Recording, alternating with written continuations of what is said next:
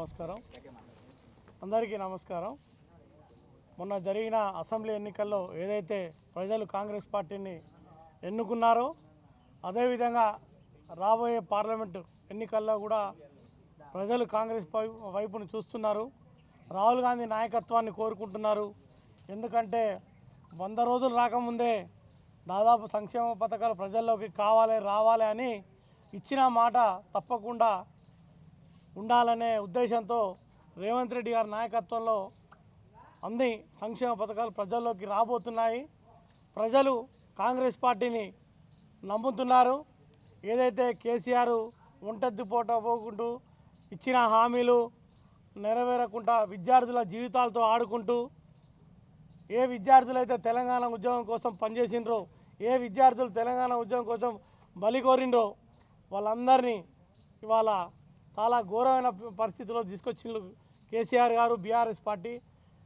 ఆ విద్యార్థులకు న్యాయం జరగాలంటే కాంగ్రెస్ పార్టీ సరైన నాయకత్వాన్ని అందిస్తుందనే ఉద్దేశంతో ప్రజలందరూ కాంగ్రెస్ పార్టీని కోరుకున్నారు. కాబట్టి రాబోయే పార్లమెంట్ ఎన్నికల్లో కూడా రాహుల్ గాంధీ గారిని ఖచ్చితంగా ప్రైమ్ మినిస్టర్ని చేయాలని, రాహుల్ గాంధీని కాంగ్రెస్ పార్టీని అధికారంలో తీసుకురావాలని, ఆ రోజు తెలంగాణ ఉద్యమంలో ఎవరైతే క్రియాశీలకంగా పనిచేసిండ్రో, ఏ యూనివర్సిటీ విద్యార్థులు ముందున్నారో, ఏ యూనివర్సిటీ విద్యార్థులు తన జీవితాలతో ప్రాణాలు అడ్డుపెట్టి తెలంగాణ ఉద్యమాన్ని సాధించుకున్నారో, రేపు జరగబోయే పార్లమెంటు ఎన్నికల్లో కూడా ఆ విద్యార్థులు, ఆ నాయకులు, ఆ మేధావులందరూ కూడా ముందుండి కాంగ్రెస్ పార్టీని గెలిపించాలని, రాహుల్ గాంధీ అని ప్రధాని చేయాలని మరొకసారి ఈ యొక్క యూనివర్సిటీ విద్యార్థుల పక్షాన ఒక్కసారి మీ అందరినీ చేతులెత్తి మరొకసారి వీళ్ళందరికీ కాంగ్రెస్ పార్టీని అధికారంలో రావాలని, మీ అందరూ కృషి చేయాలని, మీరందరూ సహకరించాలని కోరుకుంటూ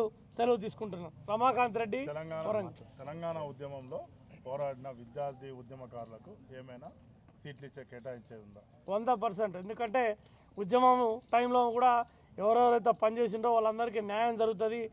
విద్యార్థులు ముఖ్యంగా ఎన్ఎస్యూఐ యూత్ కాంగ్రెస్లో మా అందరికీ రేవంత్ రెడ్డి గారు క్లియర్గా మొన్న జరిగిన బల్మూర్ వెంకట్ ఎమ్మెల్సీగా ఎట్లయితే ఇచ్చిండ్రో, ఎవరైతే పార్టీ కష్టపడ్డారో, అదేవిధంగా తెలంగాణ ఉద్యమంలో ఎవరైతే పనిచేస్తారో ఖచ్చితంగా వాళ్ళకి న్యాయం జరుగుతుంది. ఇది ప్రజల పార్టీ, వ్యక్తిగా ఒకరికి నలుగురు కుటుంబంతో సంబంధించిన పార్టీ కాదు. ఇది నా కేసీఆర్ కాదు, నా కేటీఆర్ కాదు, నా కవిత పార్టీ కాదు, నా హరీష్ రావు పార్టీ కాదు. ఇది కాంగ్రెస్ పార్టీ, ప్రజల పార్టీ.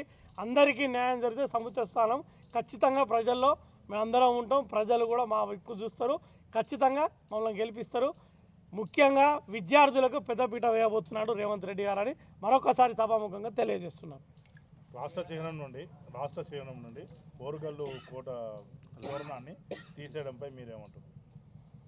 తీసేయడం మేము ఏమంటున్నాం అంటే అది అధిష్టానం రేవంత్ రెడ్డి గారు నిర్ణయం ఏది చేస్తే అదే ఫైనల్. వరంగల్ వాసిగా మీరేమంటారు? ఉద్యమకారునిగా ఖచ్చితంగా చేర్పులు మార్పులు అనేది ఎక్కడైనా ఉంటుంది, అది కామన్ అండి. దాన్ని ఏదున్నా కూడా వాళ్ళు డిసైడ్ చేస్తారు. అధిష్టానం నిర్ణయం కట్టుబడి ఉంది. అది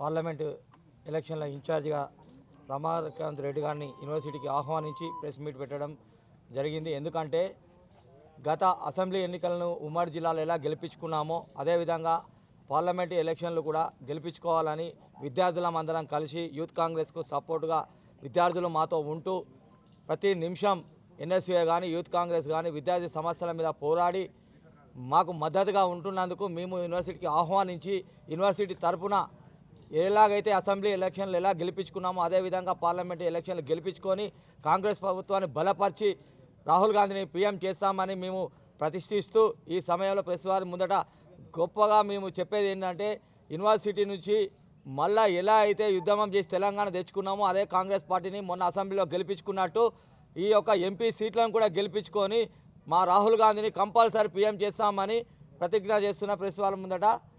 thank you very much. Doctor Prem Sundar, Kakatiya university. అందరికీ నమస్కారం. ముందుగా ప్రెస్ మిత్రులందరికీ కూడా వరంగల్ పార్లమెంట్లో జరగబోయే ఎన్నికల సన్నాహం గురించి ఈరోజు యూత్ కాంగ్రెస్ వరంగల్ పార్లమెంట్ ఇన్ఛార్జిగా నియమితులైన మిత్రుడు రమాకాంత్ రెడ్డి గారికి ముందుగా కృతజ్ఞతలు తెలియజేస్తూ యావత్ ఉమ్మడి జిల్లాలో రెండు పార్లమెంట్ సెగ్మెంట్లో గతంలో ఏ విధంగా అయితే కాంగ్రెస్ పార్టీ అధికారంలోకి తీసుకురావడానికి యూత్ కాంగ్రెస్ సైనికులు ఎలా విధంగా పనిచేశారో జరగబోయే పార్లమెంట్ ఎన్నికల్లో కూడా అదేవిధంగా కాంగ్రెస్ పార్టీ జెండాను ఎగరవేసే దిశగా పనిచేయాలని చెప్పేసి సన్నాహ సదస్సు నిర్వహించుకోవడం జరిగింది.